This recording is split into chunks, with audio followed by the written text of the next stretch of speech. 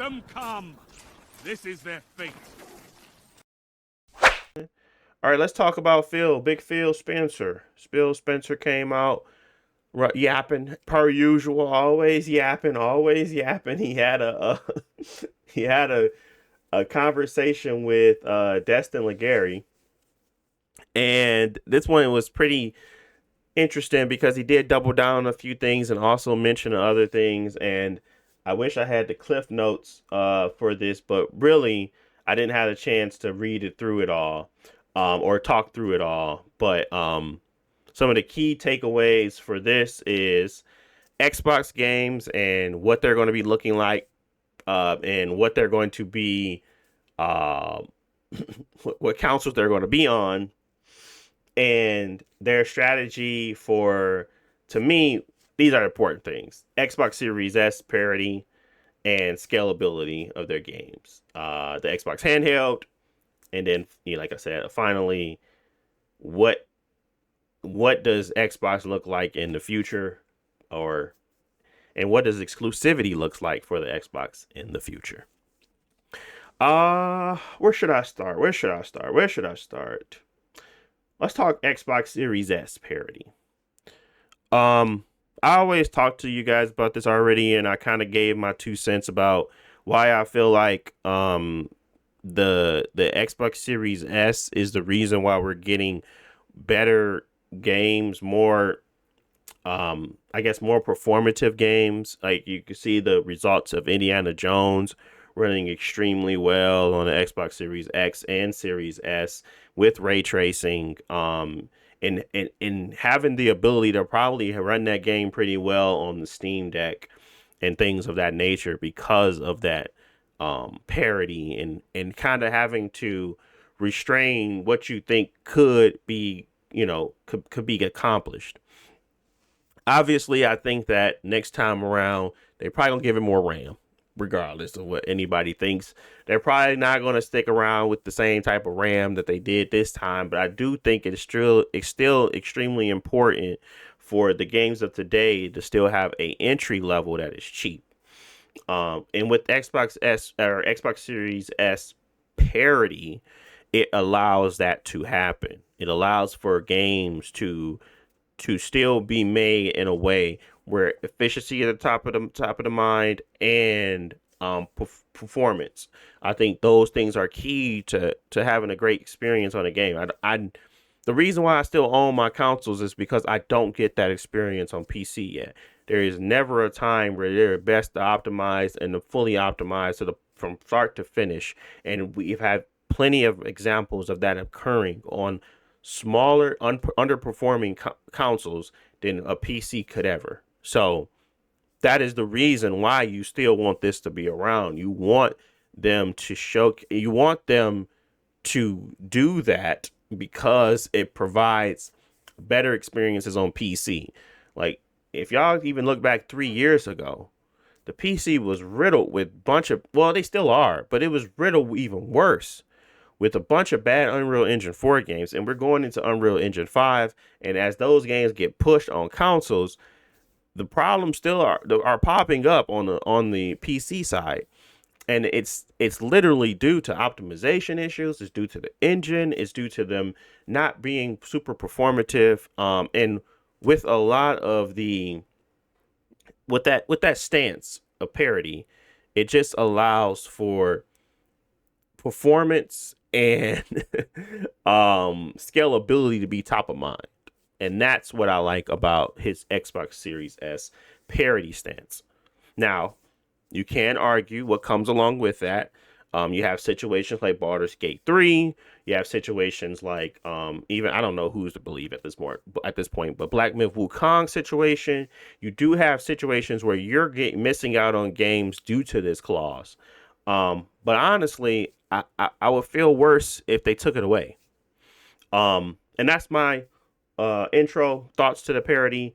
Any thoughts around Xbox Series S parity? Any thoughts around handhelds and their abilities to scale? What are y'all thoughts on this topic at hand? So yeah, the parity clause I think is an interesting thing because if how to put it, like every console has it, like they're but it's usually looking upwards to like upgrades, like you going from the PS5 to PS5 Pro. Anything that you make has to be parity between them. You can't make something PS5 Pro exclusive, blah blah blah. And I think consumers uh, uh, don't think about that, but it's super beneficial for them. Uh, Going the other way where it's like a hardware that's weaker, or I guess it came out at the same time as the Series X, but you Hmm. know, when it comes to going down, a lot of people are happy. Oh, how to put it? If you have a Series S, you're happy about it. If you don't have it, then you're upset about it because you think that it could possibly be holding you back.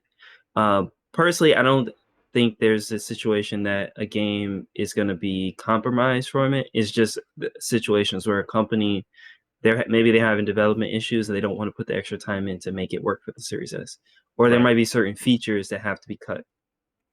I Hmm. think that there realistically there has to be some sort of middle ground where Microsoft works with the developers. Hey, we know that you guys are going to have issues when it comes to these type of games, like open world games or something like that. So to work with developers like and provide assistance like they did with Baldur's Gate 3, I think that's going to be necessary if X if Microsoft wants to keep this the two SKUs going forward. That being said, a lot of developers would just rather not think about it at all, like the Wukong guys, and just say like, "Yeah, we canceled it because of the Series S," and whatever. uh, yeah, so I don't know. I think it's better overall for consumers, and like, yeah, maybe someday I will buy a Series S because like you said, having an entry point console to this current generation is important. Yeah. And that would be the one that I would buy because I don't necessarily need the most powerful console. I just think that Microsoft needs to work out the kinks. Maybe the Series S was a little bit too uh, bottlenecked in certain areas that makes it difficult for some developers this generation. But if they do a revision in the future, maybe that device is a little more scalable in certain areas. I don't know. Mm. Um, but yeah, I think there is a little bit of work to be done on Microsoft's side, but I'd say a lot of it is still on the developers to do it. Because most of the Series S ports have been, oh, not ports, but performance has been pretty decent, right? Would you say, DNC? I would say most of the ports have been decent. Yeah, there hasn't been a situation where I felt like maybe the Ubisoft engine, not the Ubisoft engine, the EA engine sometimes have issues. Um, but for the most part, no, I don't feel like there has been an experience where the Series S wasn't giving out a comparable uh well, they wasn't producing a comparable experience. I think that it was all about kind of like lack of time and lack of ability to kind of um develop to those restraints. I really don't think if they're building games from the ground up to have Xbox Series S in mind, I don't think I don't think it ever becomes an issue. And that is the real problem here is that these companies are not targeting these lower end systems, or if they are, they're expecting a baseline or a certain degree of capability before they start to, dwindle away and say that these can't work. I'm glad they're putting their foot down and kind of requesting that these things occur, and that requesting that if you want to use our platform or our where we able to put our games out, it is mandatory for you to kind of support this system. So, um, but yeah, overall, I feel like they have been pretty, decent. Do you think it's any different than when some companies like they'll announce or they'll target like the Steam Deck because they want their game to be on the Steam Deck verified list? And so you'll see something like Cyberpunk, Steam Deck verified, and Yeah, technically that's true, but I personally don't like the performance on it, right. but it's still playable.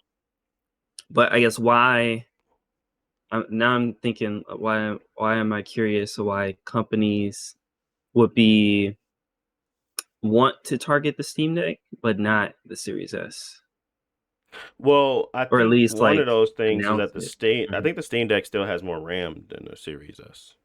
That's what I think. And Okay. everybody keeps going back to that. The RAM is the problem.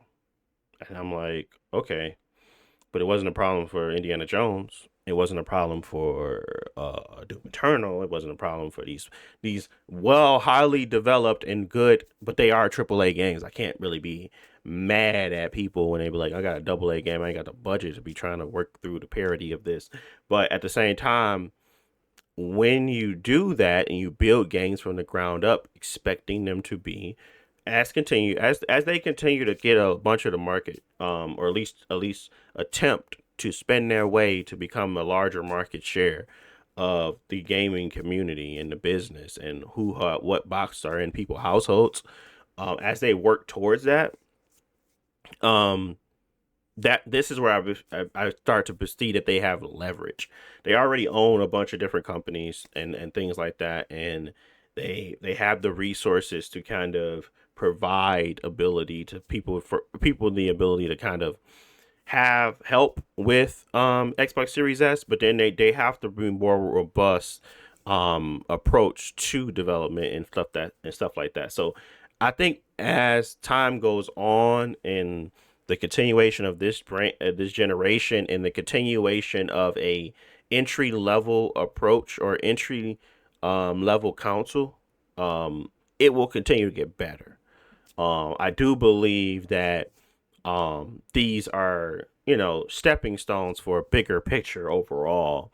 And the bigger picture is obviously he has been screaming in night and day. I don't think a lot of people want to believe it. But that he's been screaming about, just being a place where your games follow you wherever you want to, however you want to play them, in whatever format you want to play them, on whether it's on a weaker console, a weaker handheld, a stronger handheld, or a stronger console. They want those games to work across all board, and they want you to be able to not only, have a top line experience, they want you to have an entry level experience as well. So, um, yeah, I think that the I'm trying to make sure I answered your question. Um, but yeah, for me, the the ability to kind of have all of that come into play, or at least have all of that be top of mind, is always going to help pretty much everyone. So yeah, I think that they need to fix two things. I think that the portion of how much they support it, and then their relationships with these developers, because I think that's what they're truly doing with the Ninja Guide and stuff, Japan trips and all that crap. They throwing money around. So they want people to still support their console as they go through this shift. So yeah. Next big thing. Oh, go ahead. Sorry, sneeze. Oh, you're good. You're good. Next big thing for me is the talk through the exclusivities and whether or not games are going to be coming to other platforms. Um, I, what I'll say about exclusivity at this point on Xbox side is that it doesn't matter. They have the Game Pass. They still have the best place to buy games at this point with the Xbox Play Anywhere and the subscription service. You would not. It wouldn't be ideal for you to buy games elsewhere at this point in time, especially if they're first parties.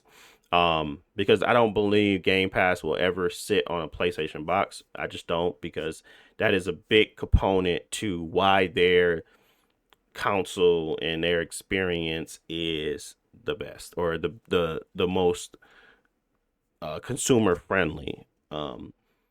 So the exclusivity portion of it.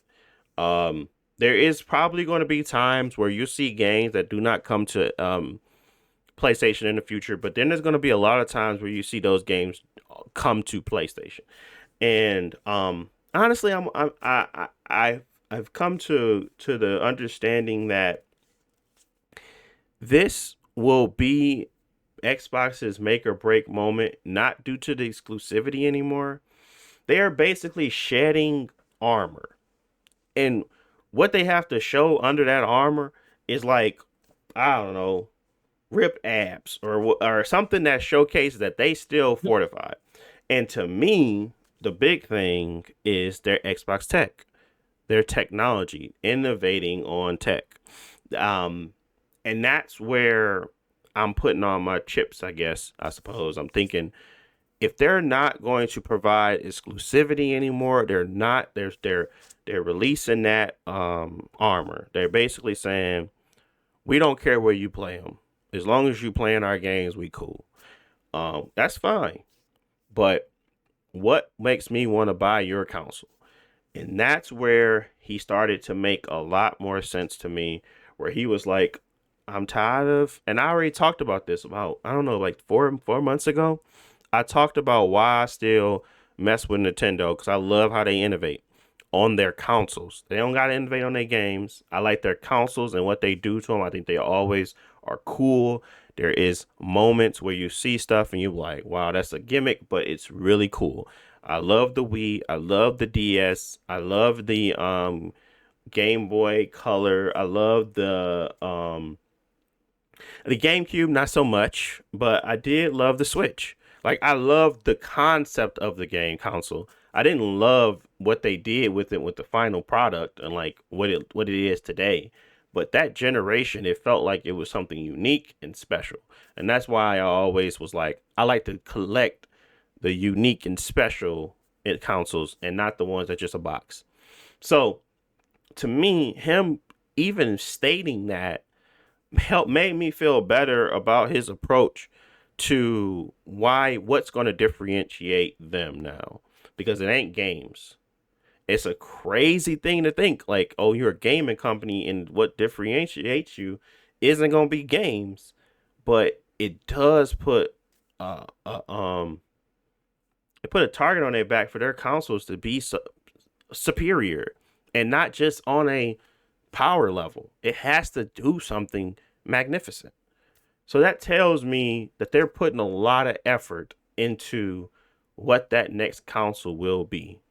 They don't feel like they need to do a mid-gen refresh because it seems as if they are at a point, or at least they are confident and feel confident about one, dropping exclusivity, and two, that their console is going to be the console to own.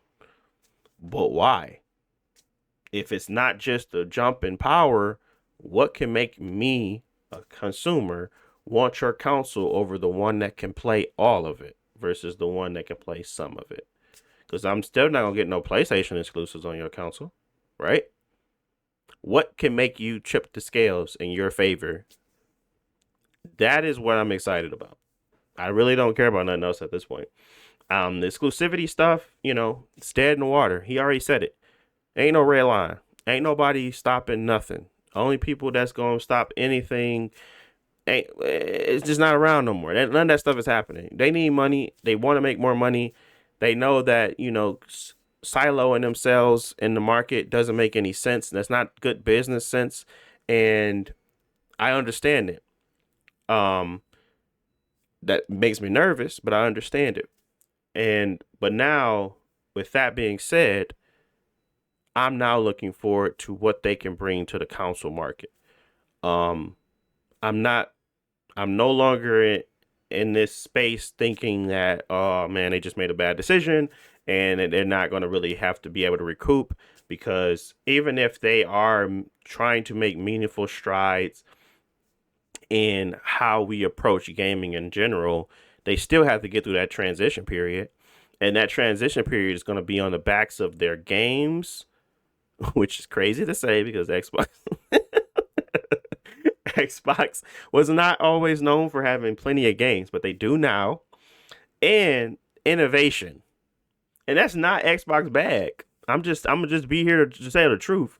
They do bring stuff to the table, like the Xbox 360 was crazy work because it was like basically a PC in your home, and you could do crazy stuff. You could do this Xbox Live chat. You can chat with people, and it's like these functions that they was doing at that time were unique. So I'm not gonna say that they can't make something cool. I just want to see what that is, because at this point in time, it's about it's all about providing people how they want to play anywhere. Those Xbox Live chat and all that stuff is it's going to again put it possibly could put it back into a space where, this is exclusive to this box and it's not going to be able to function throughout your library and things like that. So how can you improvise or innovate with not without putting those restrictions back in place? So I am excited to see it. I don't know what he's going to do. I know a lot of AI is out there. Um, Maybe they were well aware of, and maybe they wanted a bunch of AI to be a part of their console generation next year, next console generation. Whatever the case may be, we know it just got cheaper. So there's that. Xbox handheld being a big major portion of their business is really cool to see as well. So a lot of good things are happening, or at least a lot of things that I took out of this interview is some things that was just reassuring what I already thought, but it does help to hear a little bit of more about their approach and experience, or at least thoughts around topics, because you got all these Japan trips, you got all these people yapping about, the brand being losing its identity, you got all this multi-platform stuff, you got Steam in the mix, you got the Series S parity, and then you just got games. So it's cool. It's cool. It's cool.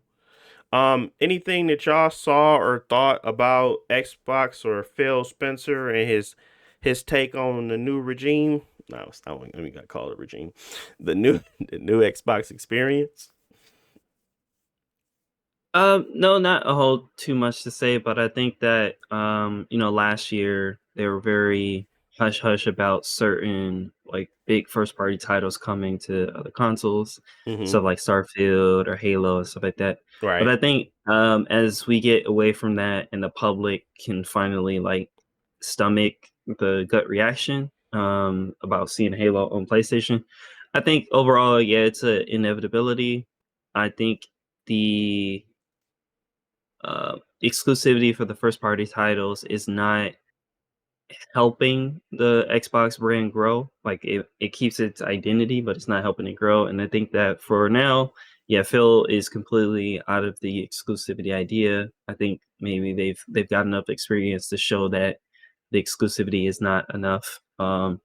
So yeah, I'm excited to see their new ventures. It's just I actually want to see what it's like, because like you said, if they can provide a box or a handheld that offers a the best experience for first party titles, that might be enough for me to purchase that device just for that stuff. Mm-hmm. But if I also have the option to play those games in another place and I don't want to buy that box, I think that's still good overall.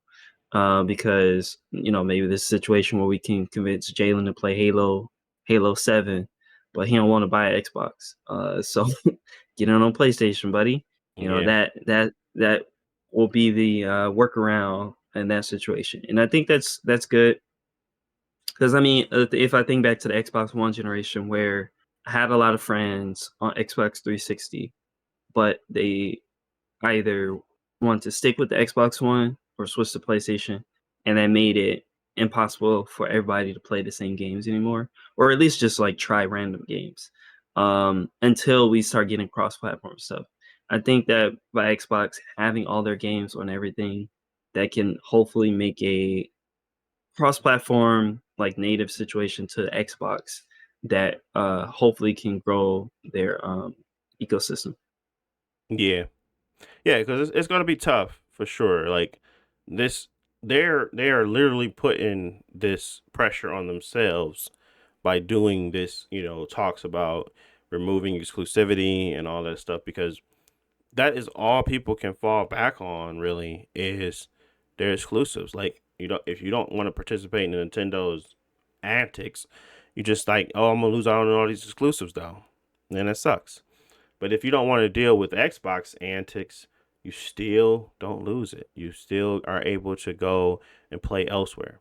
And maybe that is the approach that most people are going to be heading down. Maybe not Nintendo, but Sony here soon, because again, these things are now becoming just a box. They don't have much of a difference in abilities, and it really is one of those things where um, it does come down to simply who is being more innovative, who is providing the better experience, and who can also um, you know have the better ecosystem. So looking forward to seeing what they do for sure. Um, but okay. Anything else before I move on? No, personally, I want to see the Xbox handheld. Um, Yeah, me too. I I think that will be their strength in the next generation, but we gotta wait and see. Yeah, for sure. I think handhelds are gonna make a big comeback. I just hope that everybody isn't tired of them by the time they drop them.